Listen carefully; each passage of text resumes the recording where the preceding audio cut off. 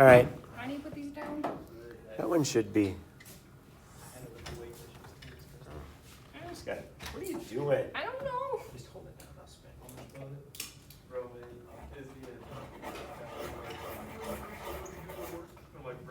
See, is this amazing? I'm not doing it all. Not Literally, it's album all class period. Yeah, they're like, this is like for a wall. I don't just copy and paste it.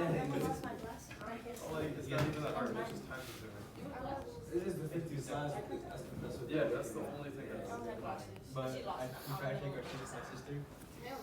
All right, so we're going to graph linear inequalities today. So it should take us about, I don't know, 8-9 minutes, I suppose, to do this. Graphing linear inequalities. So graphing something like y is greater than or equal to 3x plus 4. How do we go about graphing that on the coordinate plane? Really, there becomes kind of this, basically a 3-step process when you're doing this. The first thing you're going to want to do, it's not really a step, but I guess it kind of could be considered a step, but I'm not going to write it as a step, is you're going to want to put it in slope-intercept form. That's step one. So do what you have to do to get it into slope-intercept form. The one we have right now is in slope-intercept form, so we're not going to have to worry about that with this one. We'll do one here in a little bit that's not in slope-intercept form that will show you what you need to do with that. So that's kind of step one. Step two, you're going to identify the slope, and you're going to identify the y-intercept.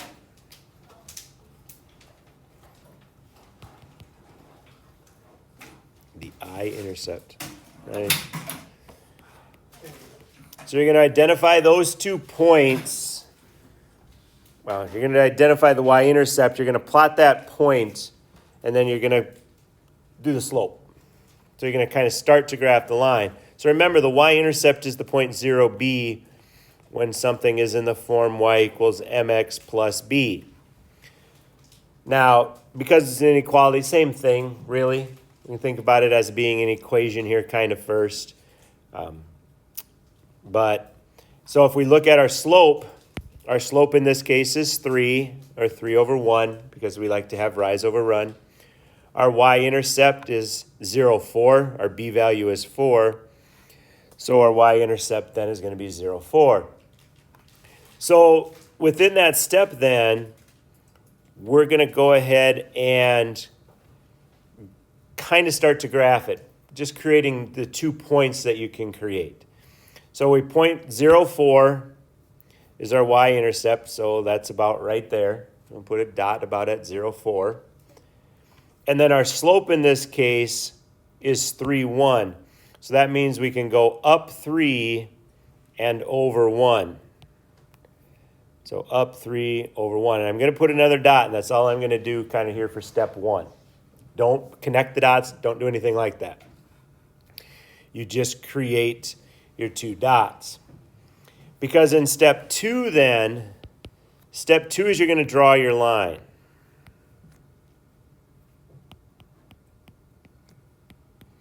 But there's some restrictions about how you draw the line. If you have the greater than symbol or the less than symbol, you are going to have a dashed line. So it's going to be dot, dot, dot, dot, dash, dash, dash, dash, dash. That's if it's the greater than symbol or the less than symbol. If you have the greater than or equal to or the less than or equal to, then you're going to have a solid line. So just one solid line. So now if we go back up to our graph, or we look at our inequality is greater than or equal to. So that tells us that we have to have a solid line. So now on my graph, I can go ahead and draw a solid line through those 2 points. And again, that's determined by the inequality. It can't equal it.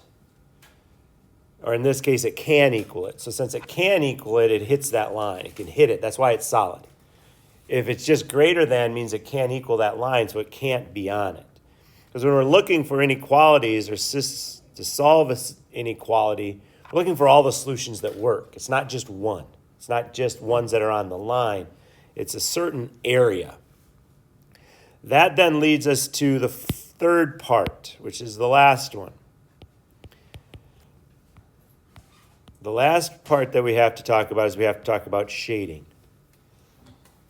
Now we're either going to shade above or below the line, or if we've got a vertical line to the left or to the right, or if we have a horizontal line above it or below it, and how we go about shading it. And the rule for shading, if you have y is greater than or y is greater than or equal to, and it can only be y. It can't be 3x plus y.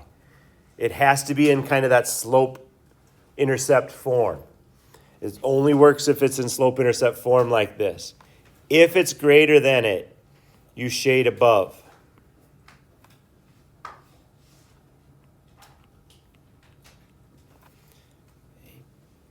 So if y is greater than or y is greater than or equal to, you are going to shade above the line.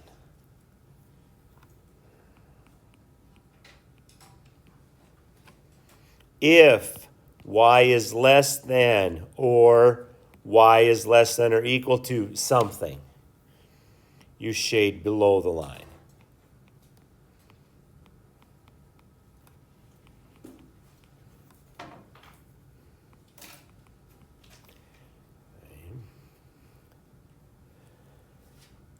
So if it's greater than it, you shade above the line, or greater than or equal to, you shade above the line. If it's less than or less than or equal to, you shade below the line.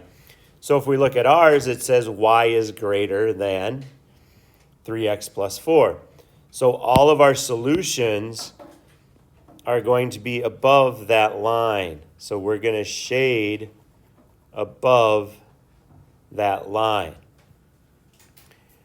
And what it means by shading above this line is it means that any point I pick in this shaded area, no matter where I pick that point is going to be a solution to my inequality. What if the line is vertical? If the line is vertical, then you just have to think about, so if we have a vertical line, why did I put 4 instead of 3? Anyway. So say we have a vertical line, and vertical lines are like x is equal to 6. So let's say we have something like x is greater than 6. X is greater than 6 is this vertical line is going to be solid or dashed. It's going to be dashed because it can't equal it. So it's going to be this dashed line at 6. And when it says it's greater than it, it means all numbers bigger than 6, right? So all numbers bigger than 6 are to the right of it. Okay. If you have a horizontal line, it's the same thing. If it's bigger than it, it's above. If it's greater than, it's above. If it's less than, it's below. Another example. Let's go y is equal to, not equal to, let's try this again. Y is less than negative 1/2 x minus 3.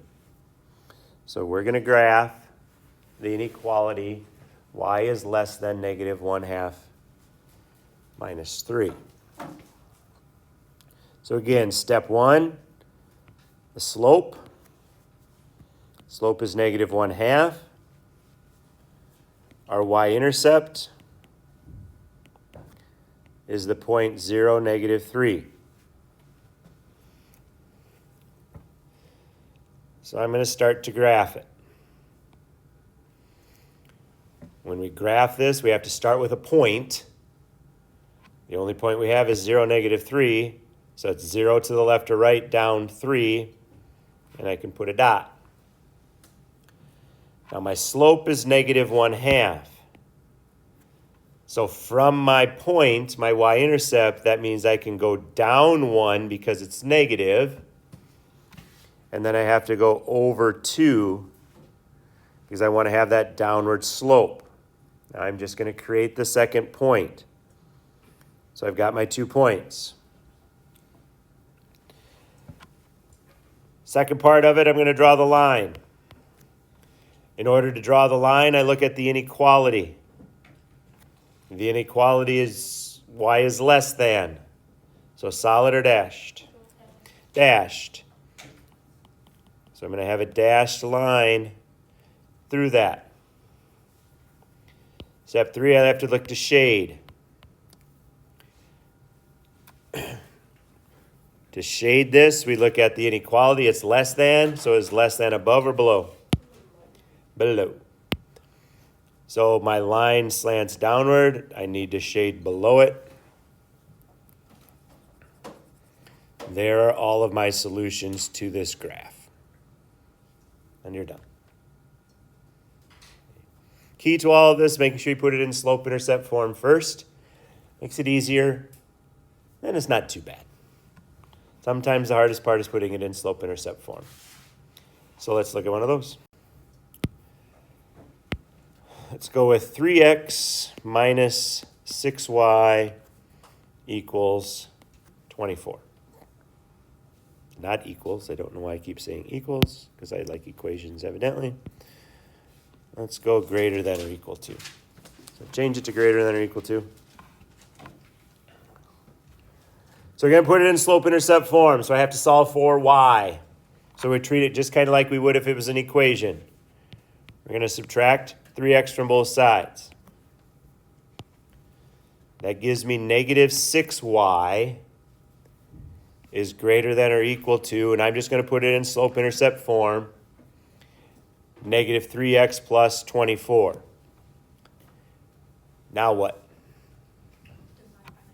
Divide by negative 6, and you have to divide everything by negative 6. But what else has to happen if we divide inequalities by a negative? We have to switch the sign. So this becomes y less than or equal to, is that 1/2? Yep. 1/2 x minus 4. So just kind of a quick reminder, why we did this one, is that remember when you divide by a negative, you have to divide everything, and then make sure you switch the sign as well. Now we just go through those same steps that we did before. The slope is equal to 1/2. The y-intercept is the point 0, negative 4. Put a dot at 0, negative 4. Slope tells me to go, what? Up 1 over 2. Put a dot. Now we look to be solid or dashed. Solid because it's less than or equal to. And now, when you shade this, make sure you use our one that's in slope-intercept form. Do not use the other one. It has to be in slope-intercept form for our rule to work. Okay, so do I shade above or below it? It's less than, right? So we shade below it. It's very important that you use the one that we got to at the end that says y equals, because if you did it by up here, faces the other way, right? And so it would look like you would shade above it. It's not the case. It has to be in the form y is less than or equal to, or y is greater than or equal to, or whatever. Slope-intercept form. Any questions? We all good? All right, the assignment is sitting there inside of Schoology for you for today. Probably having a test next Thursday, probably. Somewhere right in there. We just had a quiz. You haven't even